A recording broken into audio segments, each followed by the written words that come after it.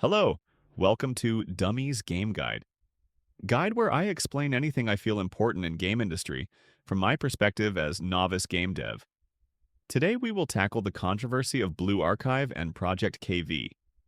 When we talk about drama in Blue Archive, it's usually internal team issues or fans clashing with outsiders threatening their games. But this isn't your typical drama because it gets so complicated it's hard to believe it happened. Disclaimer: I'll explain the events based on what I've read online from Reddit, forums, and other sources. There might be gaps, missing context, or even false information. I'll add my sources in the description. Feel free to comment with corrections or proof if you know more about this case, because it's quite complicated.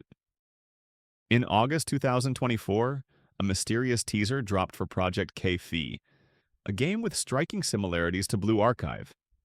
The teaser featured dramatic voice acting, lore text, and studio announcements. Fans initially thought it was a new Nexon project, until September 8, 2024, when Dynamis 1, the studio behind KV, abruptly canceled the game and scrubbed all traces of it online. Why?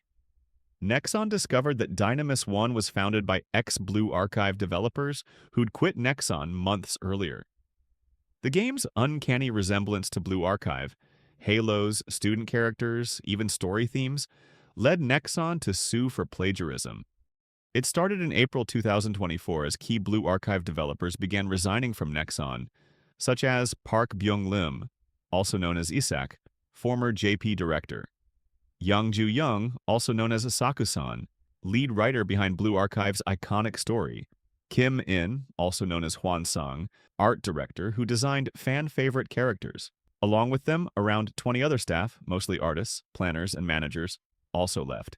According to Anonymous Insider, they left due to frustration with Nexon's business decisions, like forced partnerships with random companies, clashes with publisher Yostar over story vetoes as they deemed Volume 2 was unreasonable, Nexon's incentive system favoring new games over Blue Archive, despite its growing revenue.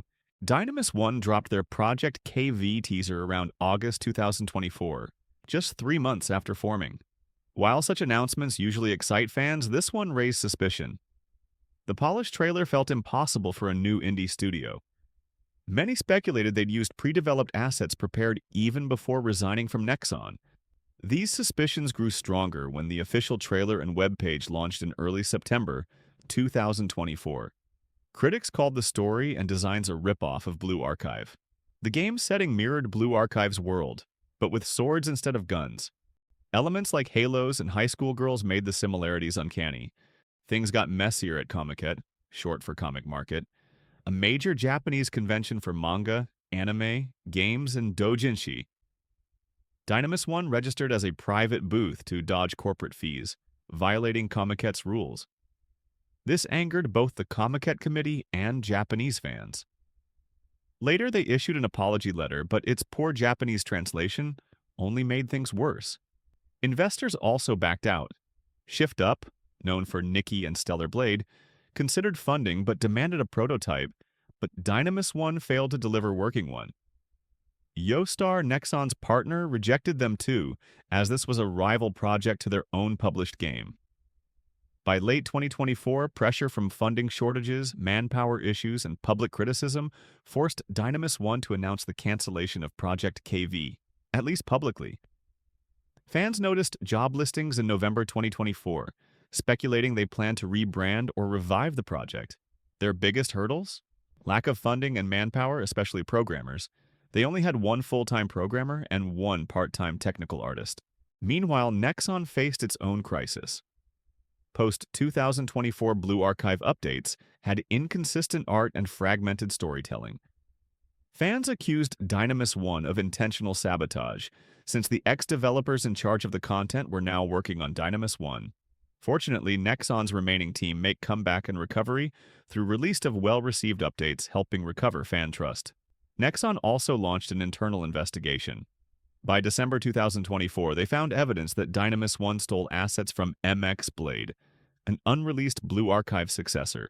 After handing evidence to the police, Seoul Police raided Dynamis 1's studio in February 2025, seizing servers and uncovering stolen MX Blade assets. Chat logs also revealed plots to sabotage Blue Archive. Dynamis 1 was charged with violating the Unfair Competition Prevention Act and industrial espionage. Nexon filed lawsuits to freeze their assets and ban former employees from the gaming industry. Based on current information, Project KV was intended to be the next venture by Nexon and the developers of Blue Archive. However, it was taken by a group of employees who abandoned Nexon due to dissatisfaction with its business practices. Project KV was meant to be a sequel to Blue Archive, featuring the same characters, but after it's stolen, Nexon announced a new project called Project RX. There is limited information available about Project RX, apart from a few teasers. It's unclear whether Project RX is a backup plan or a project salvaged from the previous disaster. Given the current situation, rebranding and releasing Project KV might not be a bad idea, as all assets remain under their intellectual property. In a recent Reddit post, I learned that the key players in this plan, one that scammed others into joining them, are the art director and the lead narrative designer. Their intention was to create their own version of Blue Archive. Throughout, they appeared to put minimal effort into their work as they secretly focused on Project KV, evidenced by inconsistencies in work such as Volume 1, Chapter 3, and the Guide Kaide or Marina Chipao. Inconsistent art. They misled many by providing information about the current state of Blue Archive, which they ultimately sabotaged. Furthermore, they restricted access to their work to other team members outside their inner circle, preventing them from touching the project. I love Blue Archive, and as a sensei who plays it daily, it would be devastating if Blue Archive is shut down so early, especially with so many potential students I've yet to meet.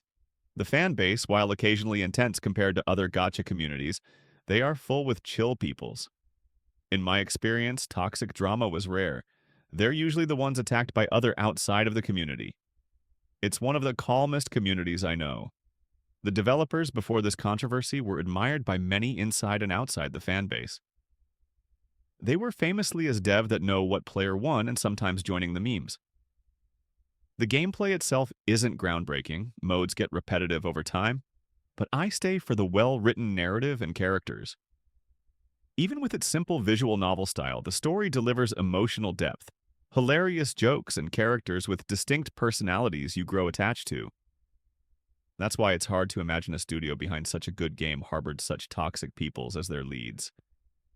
Never did I think the lead narrative designer or anyone involved would do something this reckless. At this point, it's less about karma and more about self-inflicted disaster. To be fair, Nexon is not without blame in this situation. If the ex-employee hadn't made such a mistake, I might have found their statement logical. Seeing Nexon reputation and track record they've done in the past, developer dissatisfaction actually sound plausible. Even now I see some truth in this, especially since they managed to recruit 20 peoples from Nexon to join their team. Still, their downfall baffles me. I get needing funding for an indie studio, but why rush and risk everything? Even if they'd launched Project KV with investor backing, a legal battle with Nexon is the only thing waiting for them.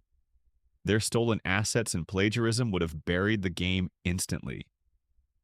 These were seasoned developers in the industry. They could have leveraged their reputations to build trust with investors, even before if they can deliver a working prototype. Instead, they wasted time sabotaging Blue Archive and stealing from Nexon's unreleased project. Did they really think Nexon wouldn't notice? It's surprising that developers with years of experience in the industry, including a founder who is a game producer, could make such fatal mistakes. This leads me to the conclusion that they are just that bad. Their dissatisfaction with their company that have pushed them to create their own Blue Archive by stealing an upcoming project from their previous employer was already absurd in my opinion. Many of these individuals once held leadership positions in Blue Archive, leaving me to wonder, are they genuinely working on the game or merely taking credit for others' work? They should know their game and fans of their own games. Do they don't know how loyal Blue Archive fans? For people to give up on game, they need harder mistake than that. While Blue Archive content were not many compared to other big gacha game, Blue Archive player is very loyal to the game. They invest too much in the story and characters. They overestimate their importance and underestimate Nexon and fans too much, resulting in their failure. This mistake may serve as a valuable lesson for both experienced game dev and newcomers in the industry. While their mistake were too extreme to be example for other studios, it's similar to common mistake done by new people in industry and new build studio. That mistake is the over-idealistic approach and arrogance. They usually try to create image or goal that they better than other game company, more focus on delivering good game from their vision while fall short for other stuffs, like rushing things that should have been done beforehand because they thought it was not as important before. That was sadly a common issue in industry.